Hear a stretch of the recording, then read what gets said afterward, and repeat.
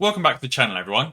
Today, Tony Kim, the financial analyst, has given his thoughts on the new DTCC rules and why he thinks they're being implemented. And I've got a few other updates as well. Trust me guys, you do not want to miss this video. So stay tuned and let's make some money. But guys, before I dive into the video, I just want to give a massive shout out to the 2,600 of you that have currently dinged that notification bell, because you guys are always the first to watch a new video as soon as it's released. So guys, be sure to drop a like down below, subscribe to the channel and ding that notification bell if you haven't already, so that you don't miss another video just like this one. And now I want to dive straight in with the key information. So, why? The DTCC is the largest security depository in the world, having processed $2.15 quadrillion in securities in 2019. On July 22nd, 2021, the DTCC published SR nscc 2021-010. This filing sets out the procedures for short sellers to exchange securities for a cash loan to meet collateral calls in the event of a default. In doing so, its members can avoid a fire sale scenario or a market crash.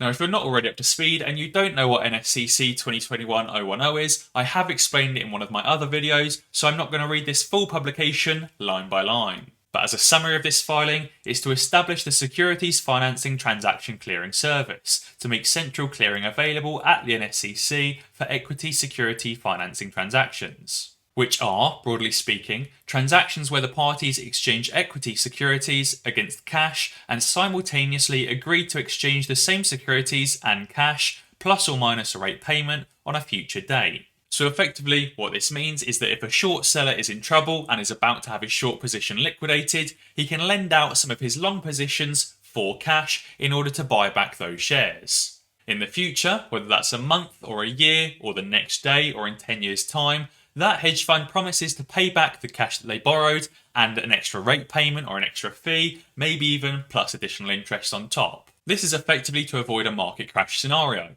If a very large short seller like Citadel is about to have their short position liquidated, they might need to dump billions and billions and billions of dollars worth of blue chip stocks into the market all at once to afford to buy back the shares. That would obviously crash the market and potentially just ruin the S&P 500. Now, we don't quite know the specifics on how exactly these transactions are going to work, whether the lending company is going to be able to lend their shares out for 100% of the market value, or whether a different institution or a different hedge fund is going to be able to lend them pennies on the dollar, whether it's say 90% of the market value or 80% of the market value. However, we do know that the NSCC also filed Rule 2021-011, which basically says that they can disconnect participants from the market if they're a danger. Therefore, if Citadel lent out all their long positions for cash and then use that cash to try and just short the stock even more instead of buying back their short positions, the DTCC or the NSCC can effectively just disconnect them from the market so their orders don't go through. That is obviously good news, because a lot of people were asking in the comments, Tom,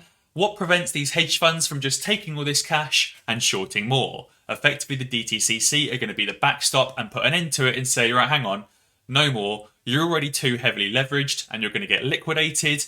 You can't lose all this additional money that you've just borrowed, so we're putting an end to it. Anyway, back to Tony Kim.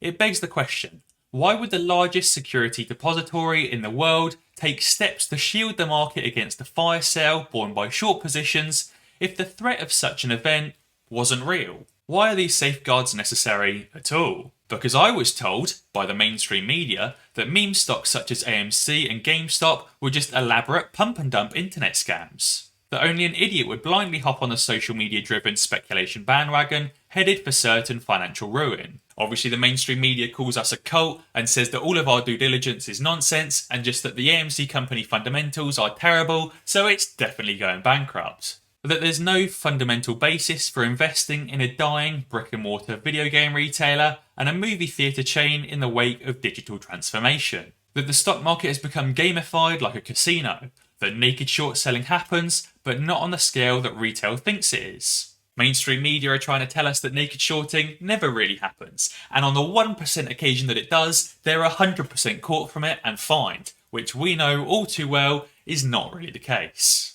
That dark pool abuse is just a wild conspiracy theory propagated by tinfoil hats that don't understand basic market mechanics. and that somehow this rising dark pool percentage of 50 to 60 to now 70% being the norm for AMC is just normal market behaviour and is not manipulation of any sorts. Supposedly it's absolutely normal to have 71.5% of transactions going through the dark pool, 7.3% of transactions being institutional block trades, 17.7% of transactions being institutional sweep orders, and only 10% of activity being retail trading.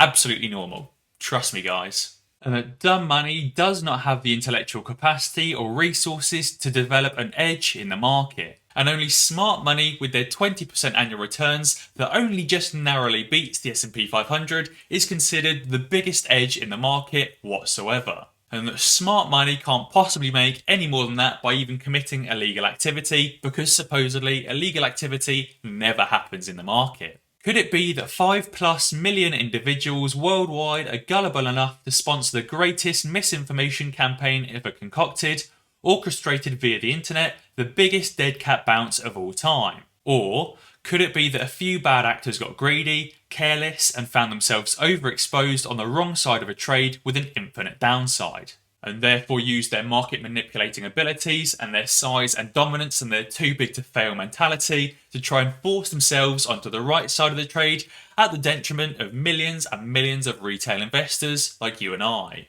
If you haven't seen the film, here's an excerpt from The Big Short that explains just that. What if he's right? You want it to be right. Yes, I do. The banks have given us 25% interest rates on credit cards. They have screwed us on student loans that we can never get out from under. Then this guy walks into my office and says, those same banks got greedy, they lost track of the market, and I can profit off of their stupidity. Yeah, I want him to be right. The simplest explanation is usually the correct one. Two excerpts from the latest DTCC filing below. Why would such specific default conditions be stipulated if there was no risk of these conditions ever being realised? NSCC understands the SFTs provide liquidity to markets and facilitates the ability of market participants to make delivery on short sales and thereby avoid failures to deliver, naked shorts, and similar situations. I thought those never happened. Why would the DTCC take steps to reduce the potential for market disruption from fire sales if there wasn't a material risk of such an event? NSCC believes that broadening the scope of central clearance at NSCC to SFTs would reduce the potential for market disruption from fire sales for a number of reasons. Are these loaded questions, or did the cow actually jump over the moon? I also wanted to quickly show you this screenshot I saw when I was going through Reddit. Whale alert. Just under $10 million worth of AMC shares purchased today at $40.29. Let's go. As you can see, it's a whopping great big order for 244,000 shares of AMC, placed at just after 3 in the afternoon. This is likely another fund picking up shares in AMC or adding to their position at the $40 mark. Therefore, they clearly see AMC going way higher than $40. Otherwise, they wouldn't be buying so many shares. Or maybe it's a short who realises the squeeze is just around the corner and is trying to get out while they still can and's covered their short position. Although I think probably the former. Guys, be sure to let me know down in the comments below what you think about Tony Kim's thoughts. Do you think it's just a wild coincidence that the NSCC have put in this new rule and that a market crash is never going to happen, especially not because of the shorts? Or do you think the DTCC have cottoned on and they're just trying to prevent a market crash when AMC squeezes? If you want to pick up some shares in AMC, but you haven't even yet signed up to a trading platform, be sure to sign up with Fidelity because they don't sell their order flow to market makers like Citadel, who route that order flow through the dark pool. Basically, don't use Webull or Robinhood to buy shares in AMC because they do sell their order flow. However, saying that, Webull is an excellent beginner investment platform. They've got great charting, they've got news, company fundamentals and figures, the option order flow, they've got absolutely everything. So if you do want to sign up with Webull to buy some other stocks, maybe in Apple, Amazon or Tesla, be sure to use the link down in the description below to get some free shares. And if you're from the UK, be sure to sign up with Free Trade because they also don't sell their order flow. Link in the description again to get some free shares. And as always guys, if you enjoyed this video, be sure to check out some of my others. Alternatively, subscribe to the channel and ding that notification bell, because that way you'll be alerted when I upload a new video. Cheers.